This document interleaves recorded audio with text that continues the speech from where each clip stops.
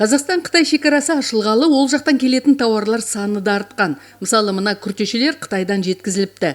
Осыған дейін шекара жабылып, сауда тұралап қалған еді. Енді көрші елге өтуге рұқсат бар. Қандай тауарға тапсырыс берсең, барлығы келіп жатыр, дейді сатушы Ержан Әлмұратов. Қытай қаласына келеміз, Қытай мемлекетіне келеміз.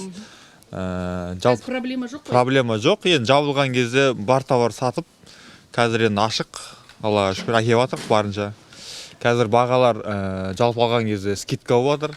10 мыңнан бастап 15 мың арасында курткалардың бағасы. Ауылдардан келеді, Қызылорда келеді, Қостанай, жан-жақ бүкіл Қазақстаннан келеді ғой жалпы. Өткені ең арзан базар Шымкентте. Әдетте саудасы қыз-қыз қайнап жатқан базарда қазір тыныштық орнаған. Сатушылардың да басым бөлігі жұмысқа шықпаған.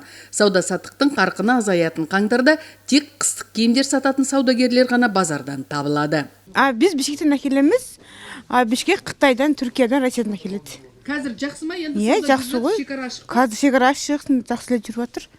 Қазір мертвый сезон. Қалай жүріп жатыр жылдың басында? Жылдың басында болып жатыр. Қазір мертвый сезон, сауда жоқ, отырмыз ғой. Иә, шығып отырмыз. Көтерілді ғой бағасы. Қанша пайызға көтерілді? Пайызға қойғанда, мысалы, примерно былтыр 600-ден сатқандарымызды биыл 1200-800-ден болады енді. Теңген төмендеп кеткеніне байланысты, доллар көтеріліп кеткеніне байланысты. Күн суытқаннан бері қысқы киімдерге сұраныс жоғары. Төле би ауданының тұрғыны Нұрила Қызбаева шұлық сатумен айналысады. Отбасын асырап отырған бұл кәсібі тоқтап қалмас үшін ол аязға да қарамай Шымкенттегі базарға келіп кетеді екен. Ленгірден келдім, мен 25 жыл болды осы. Арнайы келдім. Иә, саудан істеп жүргенмін. Бұл кісілер де бұрынғы базарлардан о жерге келген. Неше жылдан бері істейді, өте жақсы істейді. Бағалар көтерілген ба? Жоқ, көтерілмеген. Иә, байқағаныңыздай базарға тек қысқы киім сататын саудагерлер шыққан, ал өзге сауда нүктелерінің басым бөлігі жабық тұр. Сатушылардың сөзінше, мұндай тыныштық мерзімі күн жылынғанға дейін бірер ай жалғасатын көрінеді.